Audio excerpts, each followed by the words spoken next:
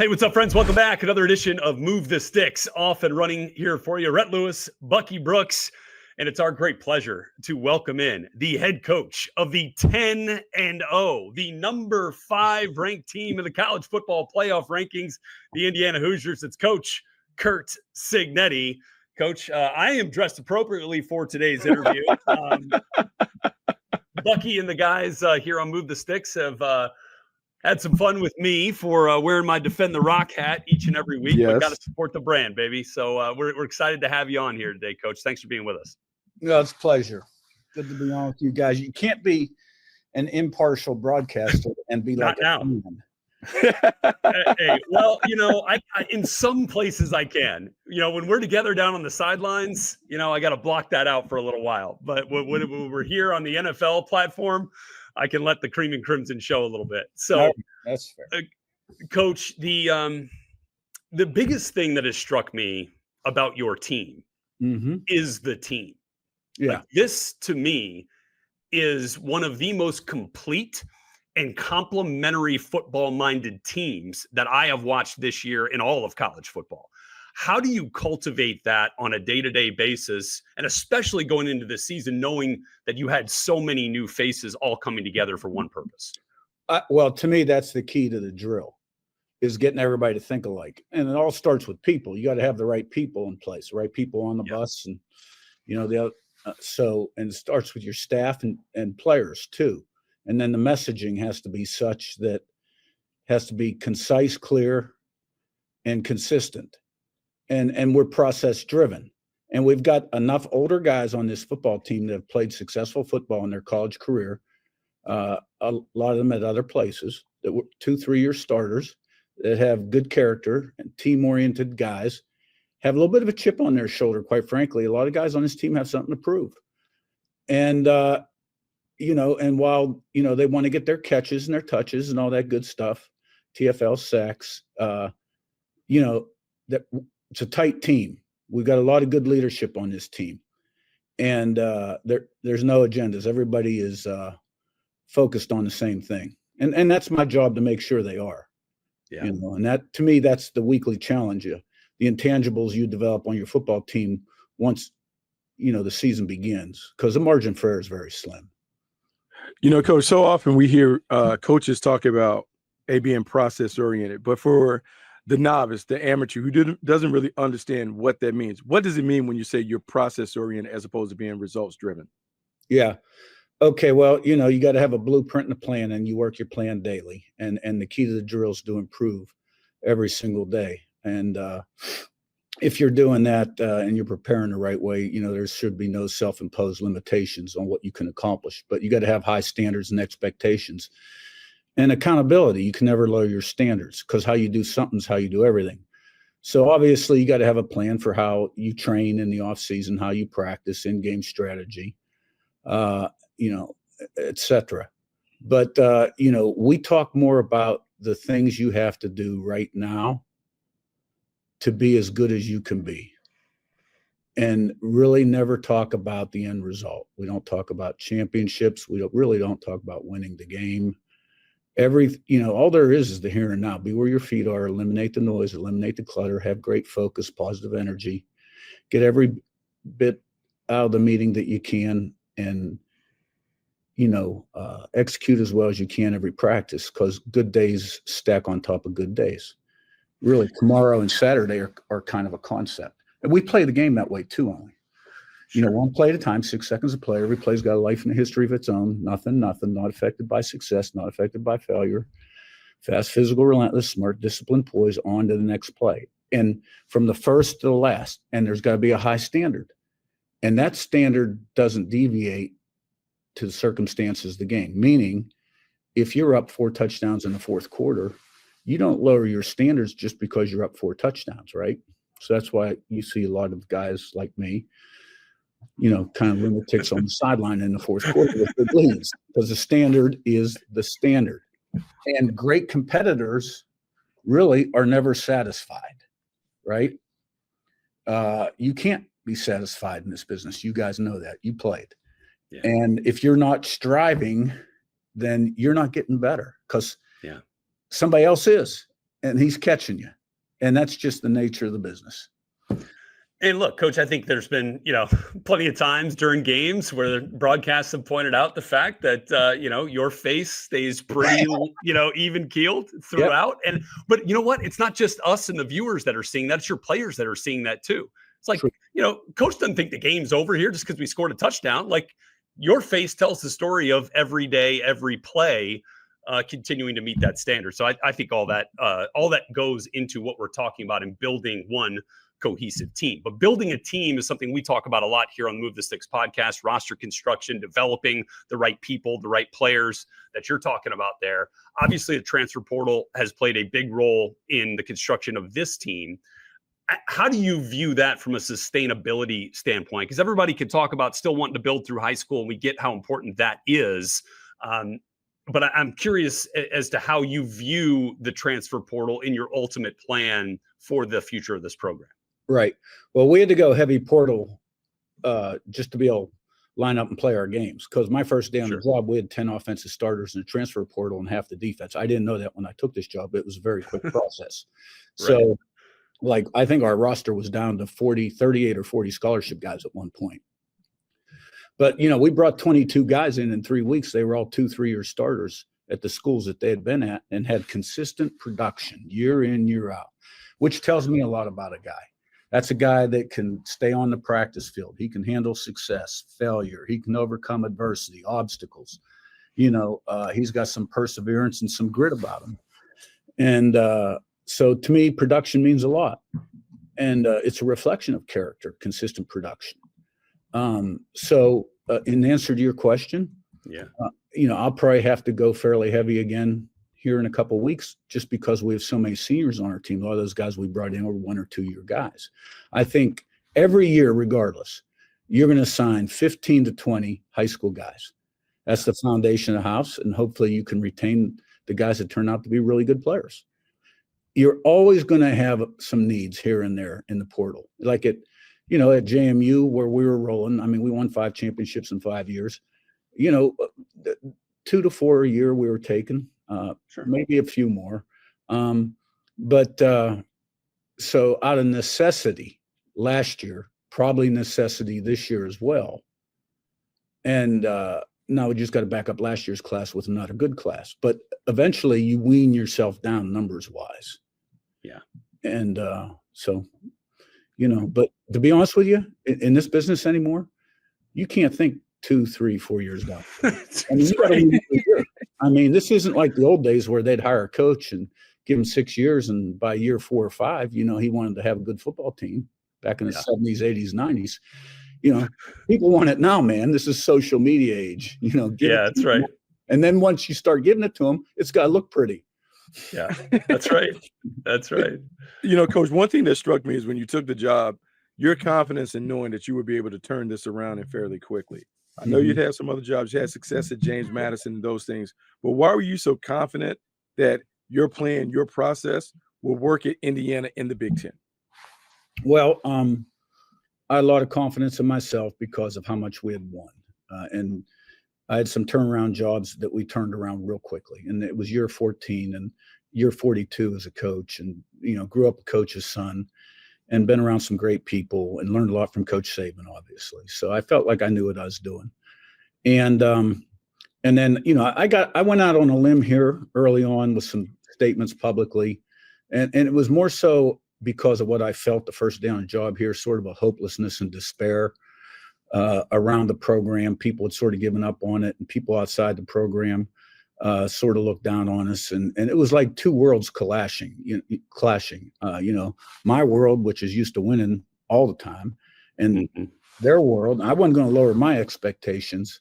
So I had to create some excitement and set an expectation level. I really felt good about what we got done those first 3 weeks with those 22 transfers. That signing date, December 21st, whenever it was. And I knew the schedule. And what did we have to sell? Okay, here's what we had to sell. Like, if you're a quarterback, our last 4 quarterbacks been player of the year of the league in offense. And the previous 2 were 1-year G5 transfers, just like we have now with Curtis Work. We had 2,000-yard receivers in the same season 2 of the last 3 years. Defensively, we're in the top 5 every year against the run, TFLs, and sacks. And we had won. This staff had won, and most of the staff had come with me. So, and then the schedule. I mean, the schedule was what it was. And I'd go down that schedule with each one of these guys. Because, look, they want to come in here to play and contribute. They want to start, right? But they want to win, too. And so we saw the vision of what could happen. And quite frankly, I've had big one-year turnarounds at every job I took. Because I got this magic wand in my back pocket. Yeah, there it is. So, and I thought that confidence, I needed to portray that in this particular situation at this place, a little more outwardly than the other places. And Coach, look, having been there in Bloomington, I can 100%, back up what you're saying there, because that is what it felt like. And it was a whole new tone and tenor when you arrived. And that has been a huge, huge benefit for everybody associated with Indiana football and that watches and loves it. Coach, one of the trend lines that we followed in the NFL, especially when it comes to quarterbacks, is the way that teams and franchises have evaluated quarterbacks seems to change. It seems to be changing a little bit based on the experience of the quarterbacks coming in and the success that they have seen early. Like if you look at this year, Bo Nix, came from Oregon and Auburn, started 60 games in college and is playing pretty dang good football for Sean Payton and the Denver Broncos. Same could be said for Jaden Daniels with the Washington Commanders, played a ton of games. You go back, Brock Purdy didn't necessarily wow anybody at Iowa State with his physical tools, but dang, played 50 games and knew and been around football for a long time and has found real success. Is that part of what you saw with Curtis Rourke and part of what you see might make him an attractive NFL player beyond, when he finishes up here at IU? Well, you learn by doing. Yeah. So those reps, those game reps accumulate, right? And to me, that's always been the formula in the transfer market. I'm really not interested in the backup guy with a lot of talent. I want a guy that's been out there as a starter and, been in those situations before. So Curtis was player of the year in the MAC in 22, hurt his knee at the end of the season, wasn't able to train in the off season, played in 23, still had a good year, but his numbers were really good. He won championship. He had won a lot of games. Touchdown interception ratio was great. You could tell right away on tape, he knew how to play quarterback. He reminded me a little bit of Phillip Rivers, who I was with at NC State.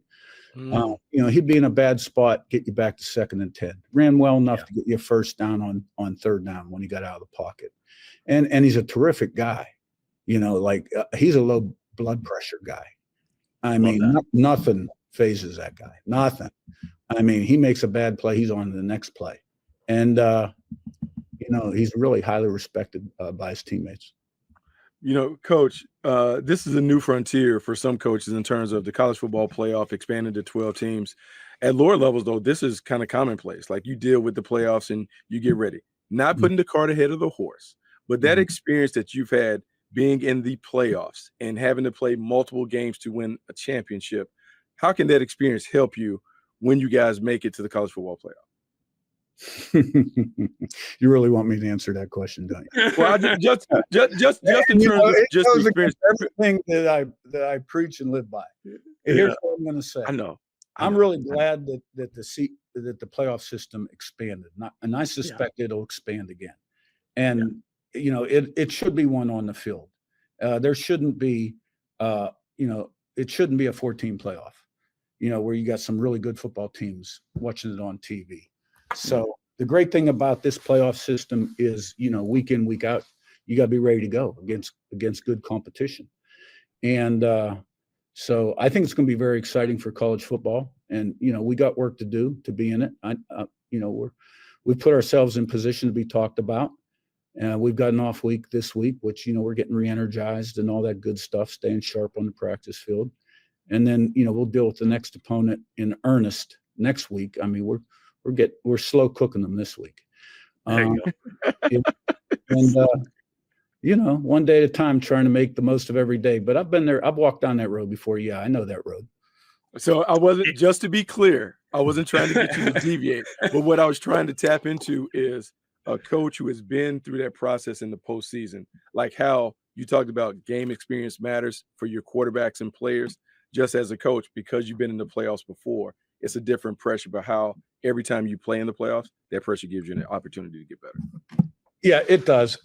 But the one thing I would say about that, I think most of the guys in this business that have jobs like mine, that could end up in this playoffs system this year, are used to playing a big game and coming back the next week and have to play another big game. You know what I mean? Yeah. Yeah. And but haven't been in it before.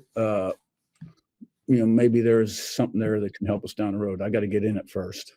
That's right. That's right. We got more work to do down the stretch of this season. Big one against the Buckeyes coming up on the 23rd, and then the Old Oak and Bucket game to close out the regular season. And then, we get into the silly season a little bit with the transfer portal opening up.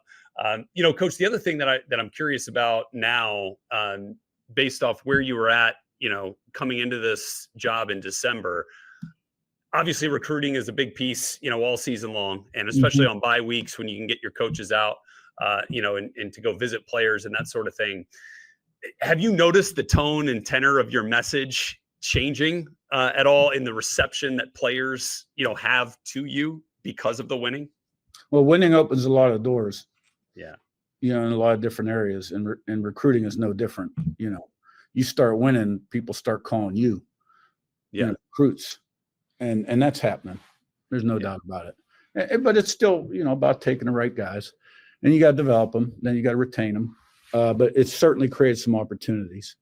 And what's interesting about December is, if you're playing in December, the portal is open in December too. It's crazy. It's like Lane Kiffin mentioned yesterday, right? About free agency, if the NBA or NFL had free agency during the season. Can you imagine during the playoffs? Yeah. Yeah. So it's just something that, we have to deal with right now. Quickly, Coach, because you talked about the transfer portal and mixing high school players and those things, and you talked about it being a year-to-year existence when it comes to team building. How quickly can you get a team up to speed in terms of there's so many individual agendas? How do you get your players to put that to the side to really focus on the team first and everything else later? Well, I think what really helped us in this particular situation is we brought 13 guys from JMU, 13 guys from a championship culture that were really tight with one another, knew how the program was run, and had a little bit of a chip on their shoulder. And the other guys we brought in had high character too, and the ones who stayed were the right kind of guys. So that culture really started in January with the off-season program. The JMU guys facilitated it. But bottom line is this: you still have to get the results on the field. Yeah. Like you win the first one, that builds some belief and confidence. You win the second, you go out to UCLA and win. Now all of a sudden you see a lot of things starting to come together. And this team's just built on every success. And we played fairly consistently. It's not perfect. Every game we've got some improvements to make, corrections. But we've been fairly steady. And but winning helps everything. Better believe it. And looking forward to more of it. Coach Cignetti, thank you so much for giving us a few minutes of your time here on this down week, and look forward to getting you back into action on the field in Columbus in just about a week. So thanks again, Coach. Appreciate you. All right, guys. Have a good one. Thanks, Coach.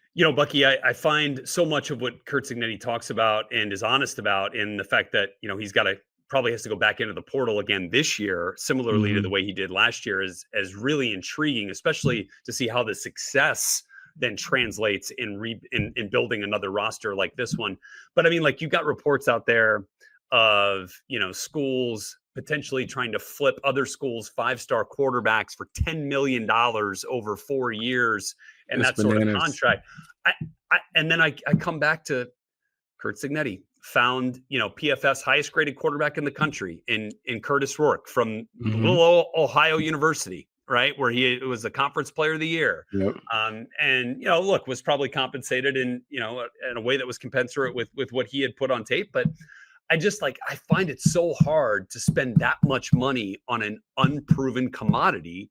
Yes. Coming into the college level. Yeah, no, it's funny because in listening to him talk about experience and how he doesn't have interest in backups with potential, but more so guys who have proven production. And to me, it's very similar to like when we talk about the draft and being able to see the results on the field, and so much about what we tend to do in the spring is, well, this guy could be able to, he should be able to, but we never see it happen in college.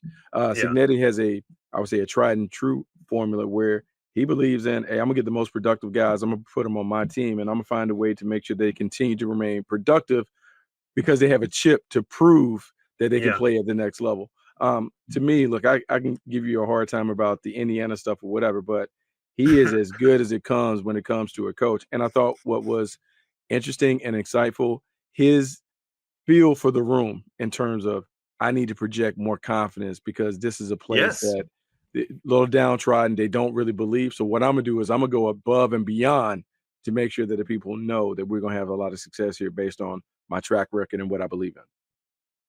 There it is. And so we shall see. Big one coming up against the Buckeyes, right? Everybody wondering, and talking, and Indiana hadn't played anybody yet. All right. They just, happened to dispatch of fairly convincingly both of the teams that played in the national championship last year. So just keep that in mind as well. Okay. So Buckeyes on the 23rd, and then the bucket game to close things out. But great to talk to Coach Cignetti. Appreciate him for his time, and appreciate all you guys for tuning in once again here on Move the Sticks. Maybe DJ's back next week. I don't know. Well, maybe we'll see. Maybe. But for Bucky Brooks, I'm Rhett Lewis. Thanks to Nabil for putting this thing on all week long, and we look forward to seeing you right back here next week.